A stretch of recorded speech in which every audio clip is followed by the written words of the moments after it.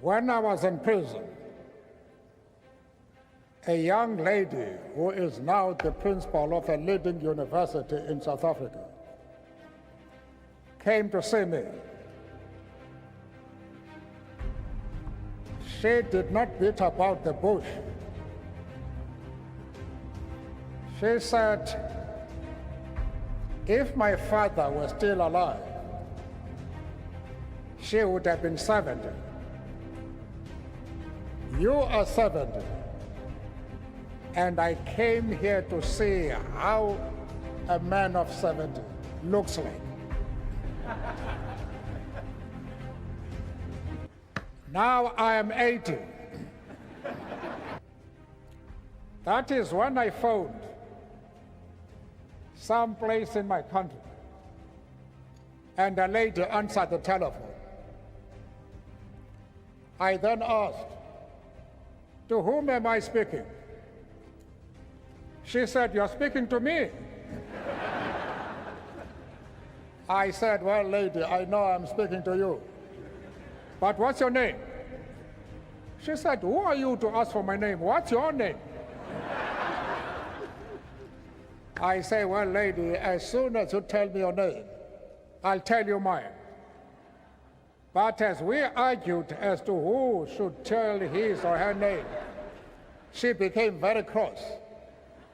And she said, you seem to be a backward person. Have you passed your matric? Now, matric in our country is a university entry examination. And I said, well, lady, you must be very careful. Because if the qualification to speak to you is the possession of a matric certificate, I might work hard and pass my matric and be in the same class as you are. That was treason. She said, you will never be in my class, and bang the telephone. How I wish she were here today.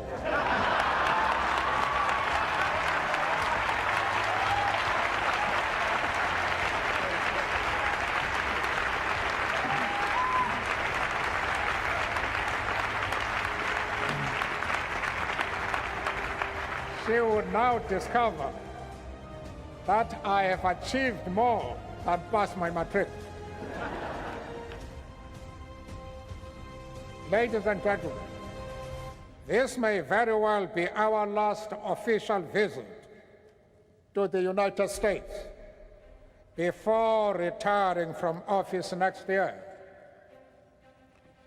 There could not be a more moving start to the visit than one which included being honored in this way by one of the great educational institutions of this nation and of the world. If in these later years of a life lived in pursuit of equality, we can at last look upon our own country as one in which citizens, regardless of race, gender or creed, share equal political rights and opportunities for development, we do so with great gratitude towards the millions upon millions all around the world who materially and morally supported our struggle for freedom and justice. Together with those freedom and justice-loving citizens of the world, we do at the same time, however, note that at the end of this century,